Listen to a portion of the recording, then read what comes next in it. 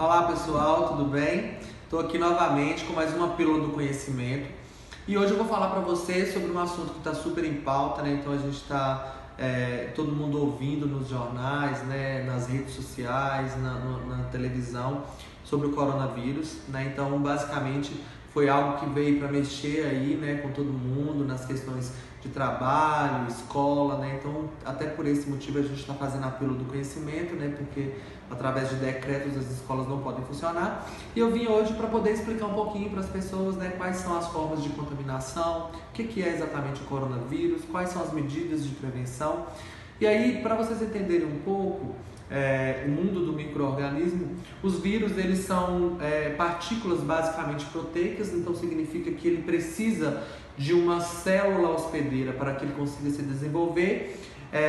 Eles se reproduzem, né, por invasão celular. Então existem hoje no nosso meio vários vírus e cada um é responsável por uma manifestação de uma doença diferente, né? Então, para vocês entenderem, por exemplo, o HIV ele é um vírus, né, transmissível por doença sexualmente, né? Então, através de doenças sexuais, pelo ato sexual, e depois que ele desenvolve a doença, a partir do período que ele fica incubado, quando ele começa a desenvolver a doença, a gente já não chama mais de HIV, a gente chama de AIDS, e a gente tem vários outros vírus, como H1N1, né, e outros que são comuns, o influenza, são vírus que a gente tem contato diariamente, e esses vírus eles sempre têm a função de desenvolver doença em qualquer que seja o organismo. Então, qual que é a importância hoje da gente conhecer qual é o vírus e qual é a forma de tratamento? Todos eles, a maioria deles, eles são transmissíveis por contato. E o corona, na verdade, o corona é uma grande família viral, né? Então, hoje a gente o conhece como o corona, o novo coronavírus, né? Mas o corona mesmo, ele já era um vírus que foi descoberto, conhecido em meados de 1960, e a principal função desse vírus dentro do organismo é a deficiência respiratória, ou seja, ele causa uma infecção respiratória e automaticamente o indivíduo ele tem dificuldade de respirar, né? 31 de dezembro de 2019, agora recentemente, ano passado, a OMS foi alertada, né, sobre a presença aí desse novo vírus, né, lá na província da China, e que ele veio exatamente com algumas características já do corona, né, o corona que é a grande família, porém esse novo ele desenvolve, foi temporariamente descoberto, o Covid-19, né?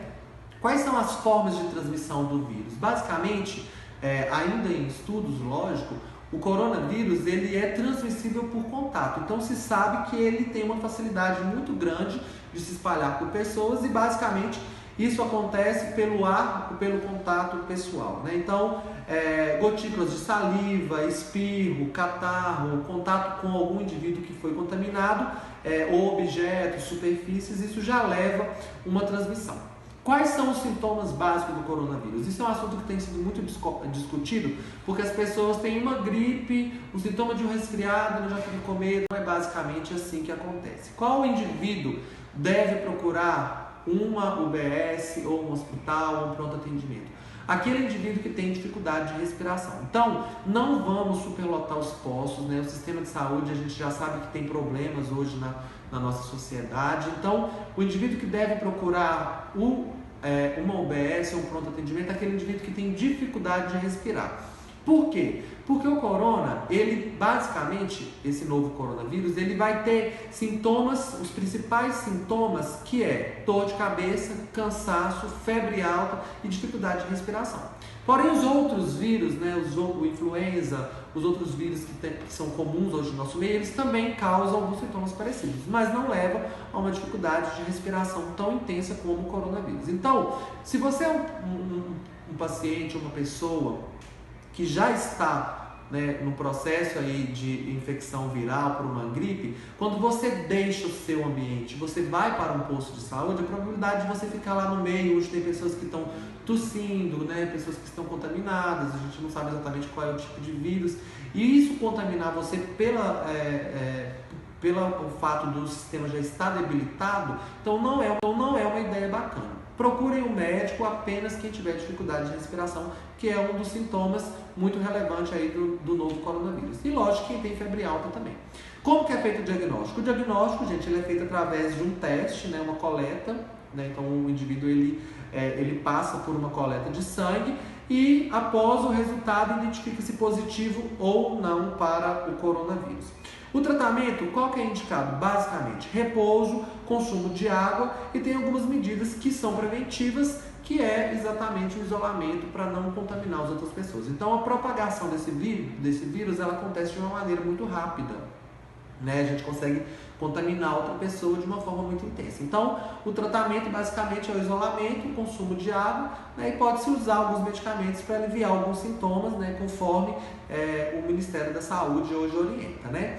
Equipamentos de proteção, né? Lógico que se você é uma pessoa que tem que trabalhar, não consegue ficar em casa e você vai ter que ir para o trabalho, analisar qual é o seu grupo de risco. Você é uma pessoa que sofre de algum problema de saúde, você tem diabetes, você tem hipertensão, você é um idoso, você é uma pessoa que está no grupo de risco, se for, é aconselhado o uso de máscara. Só que a máscara é algo também que a gente tem visto aí discutir bastante, né? Qual é a maneira correta de se usar a máscara? Muitas pessoas não têm habilidade para usar a máscara, então você acaba tocando no rosto várias vezes para ajeitar, para tirar. Então, o contato com o rosto é algo que deve se evitar, né? De fato, não deve ter nenhum contato com o rosto para que não propague a doença, né? Quais são as recomendações gerais? Gente, basicamente, qualquer pessoa, qualquer indivíduo ou qualquer trabalhador deve evitar e deve prevenir. Como que a gente faz isso? Com a frequente higienização. O álcool gel, ele é algo indicado para quando não tem acesso à água e ao sabão. Então, qual que é o nosso conselho, né, dos profissionais de saúde, dos médicos, dos infectologistas, é que você lave as mãos no máximo de vezes possível por dia.